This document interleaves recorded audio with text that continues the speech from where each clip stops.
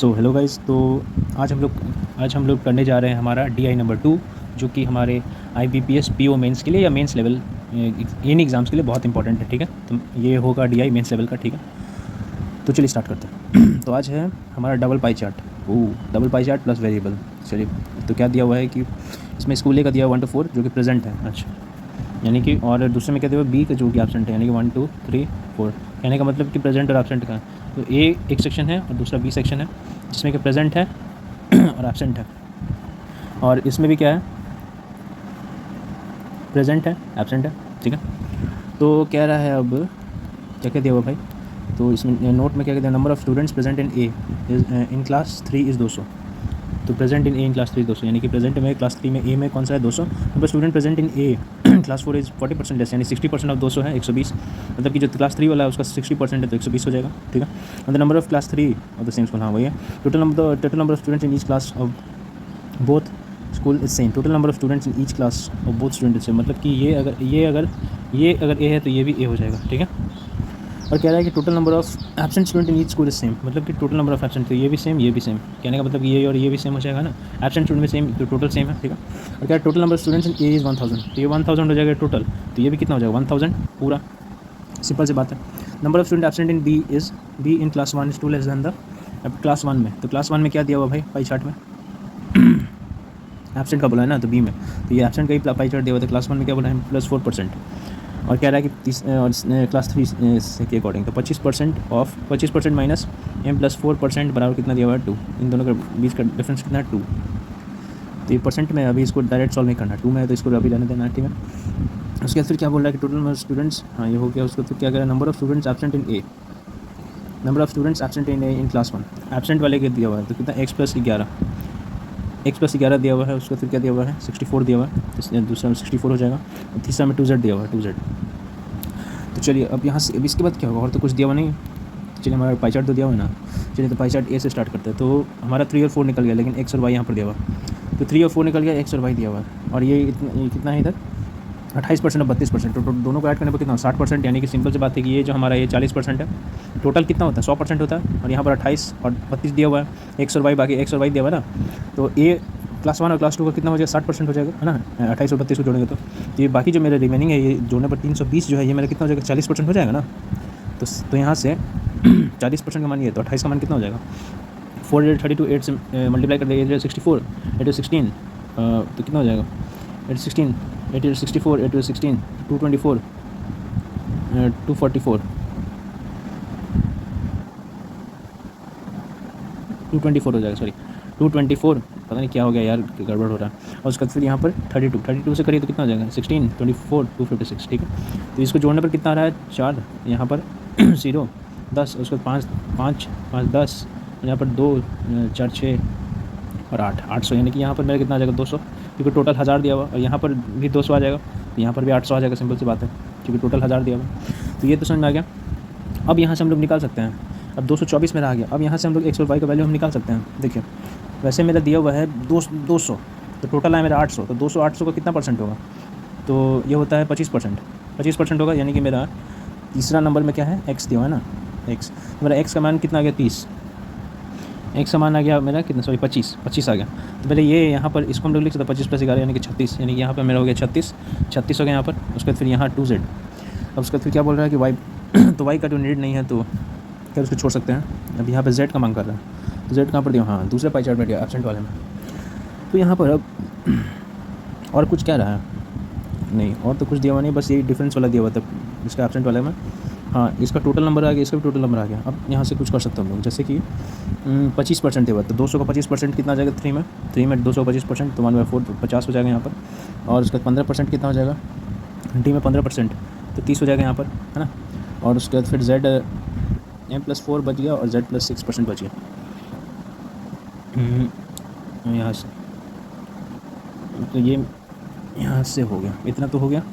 अब आगे क्या करना है यहाँ से, और कुछ दिया हुआ है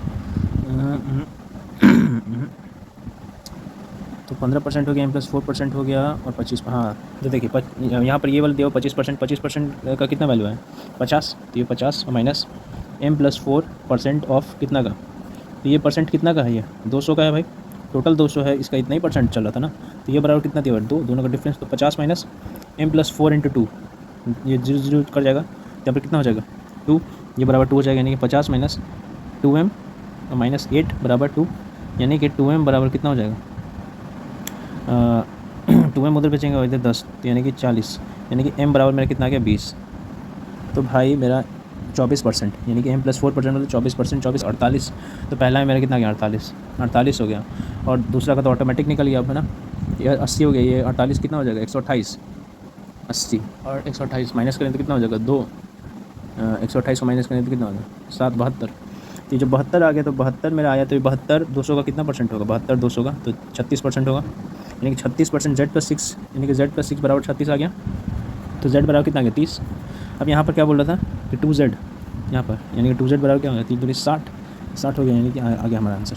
तो क्या पूछ रहा है कि 5x + 7y, यानी कि मेरा x कितना आया था, x मेरा आया था 25%, y कितना आया था 15%, z कितना आया 30, m कितना आया 20, बस इन चारों को याद रखना है, ठीक है। अब यहाँ से 5x + 7y, 5x कितना हो जाएगा 25 5 जा 125 + 7y 2 7 105, तो ये तो ज़्यादा हो रहा है, तो ये तो गलत हो गया, पहला इक्वेशन गलत। दूसरा में देखें क्या कह रहा है 6x 25 6 जा 12 5 60 30, तो 630 हो गया यहाँ पर, अब प्लस, तो ये तो बहुत ज़्यादा हो गया, तो 145 तो और माइनस तो कुछ है नहीं, तो 145 तो ज़्यादा ही हो जाएगा, तो ये भी गलत हो गया। और तीसरा में पुट करी तो 9z का वैल्यू कितना है 30, 270 फिर ज़्यादा हो गया, तो ये भी गलत हो गया, it means all false answer हो जाएगा इसका। चलिए दूसरा क्वेश्चन देखते हैं। क्या रहा है कि ratio of the boys and girls of the total number of students present in A in class 1 is 4:3। अब यहाँ पर बॉयज़ और गर्ल्स भी घुसा दिया, चलिए देखते हैं यहाँ से। तो ratio of the boys and girls of total number of student present in A, तो total number student present in A कितना है, क्लास 1 का बोला है ना, हाँ, तो 224 का यहाँ पर बोला 4:3 में बॉयज़ और गर्ल्स, तो 7 हो गया, तो 7 3 21 7 2 14, तो बॉयज़ कितना हो गया 8 128, गर्ल्स कितने हो गए 696।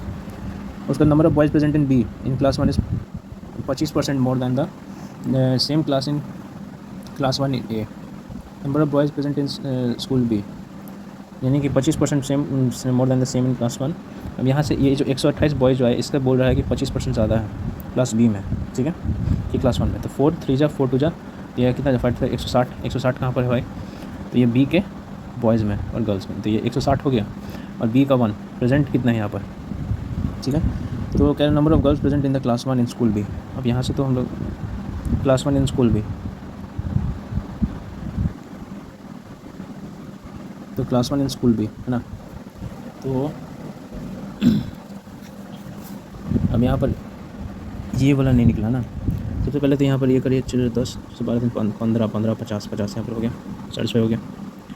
अब यहाँ पर क्या बोल रहा है प्रेजेंट और एब्सेंट वाला ना, तो ये तो समझ में आ गया कि 160 हो गया, 160 बॉयज़ होगा, 160 बॉयज़ होगा, और भी कुछ बोला हुआ है क्या, class 1 is 25% more than the same class in class 1, number of boys present, the number of girls present in class 1 in school, the ratio of boys and girls out of the total number of students present in A in class 1 is 4:3। अच्छा, और कुछ दिया हुआ नहीं है यहाँ पर, class 4 में ए का दिया हुआ है, बी का तो एब्सेंट का तो निकल गया, प्रेजेंट का कैसे निकलेगा, और कुछ यहाँ पर लॉजिक नहीं दिया हुआ है। Number of student absent in A is 1 2 3 भी हो गया, और उसको फिर number of absent in class 3 of same school, number of total number of student in each class of both school is same. अच्छा, यहाँ पर एक अपन यहाँ पर देखिए दिया हुआ है total number student in each class of both school is same, मतलब कि ये टोटल स्टूडेंट जोड़ेंगे और ये जोड़ेंगे तो ये बराबर आएगा ना, तो ये जोड़ने पर कितना आ रहा है 10, और यहाँ पर कितना हो रहा है यहाँ पर 10, और यहाँ पर कितना हो रहा है 6 260, तो 260 में से 48 माइनस कर कितना 5 तो गया, 5 में से 4 गया 1 212, तो यहाँ पर 212 हो जाएगा, तो ये 212 हो गया, तो 160 मेरा बॉयज़ है, और 212 में से माइनस करें तो कितना हो जाएगा 5 52, यानी कि आंसर 52। यस, आंसर 52 आ गया। समझ में आया दोस्तों, क्योंकि क्वेश्चन में दिया हुआ था कि टोटल नंबर एक क्लास में जितने पूरे बच्चे प्रेजेंट और एब्सेंट को मिलाकर उतने ही इधर भी हैं। समझ में आया। Next question, total number student in class 5 of the school A is x more than, अब x का वैल्यू कितना आया था, x का वैल्यू 25 आया था, तो 25% मोर यानी कि 4 का मान 5 है। तो total number of students in class 5 अच्छा of student A of school A number of student in class 4 of same school, class 4 of same school. तो यहाँ पर टोटल नंबर ऑफ स्टूडेंट्स बोला, प्रेजेंट नहीं बोला, यानी कि 170 का 170 का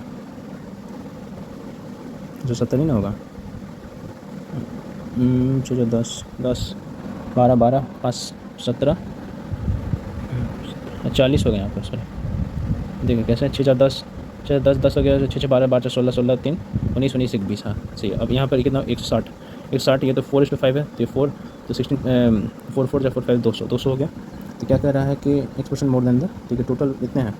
और number of student in class 5 in school B if average student in class, क्या बोला, find the number of if average student in the class 5 in A and B is 148, यानी 148 इंटू 2 16 14 28 296 इज इक्वल टू कितना है यहाँ पर, एक का कितना आया मेरा 200, और यहाँ पर x प्लस बराबर 296, तो x बराबर कितना है 96, सिंपल सी बात है।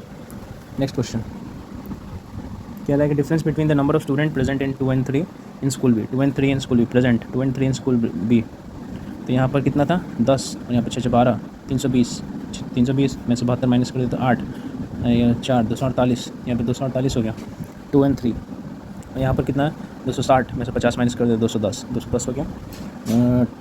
Difference between the number of student present in 2 and 3 in school B, 2 and 3 in school B. तो यहाँ पर 5 4 458, और number of student absent in class 2 and 3 in school B together, absent in 2 and 3 122 minus कर दीजिए 5 2 4 3 336 answer. सो ये तो इस तरीके से हमारा DI ख़त्म होता है। सो आई होप ये आपको काफ़ी पसंद आया होगा। कुछ नहीं है गाइज, सिर्फ और सिर्फ प्रैक्टिस और रीडिंग का खेल है ना। प्रेजेंट, जितना आप प्रेजेंट रहेगा, मोमेंट में प्रेजेंट रहेगा, उतना ही आपको जल्दी समझ में आएगा क्वेश्चन। जितना आप प्रैक्टिस करेगा उतना ही आप प्रेजेंट मोमेंट में रहेगा। सो इसे एक गेम की तरह इंटरेस्टिंग वे में लेकर चले तो आप मेंस बहुत ईजी है। तो दैट्स इट गाइज। तो आई होप आपको मेरा वीडियो पसंद आया होगा। अगर मेरा वीडियोस आपको पसंद आते तो प्लीज़ लाइक शेयर सब्सक्राइब जरूर करें। Thank you so much.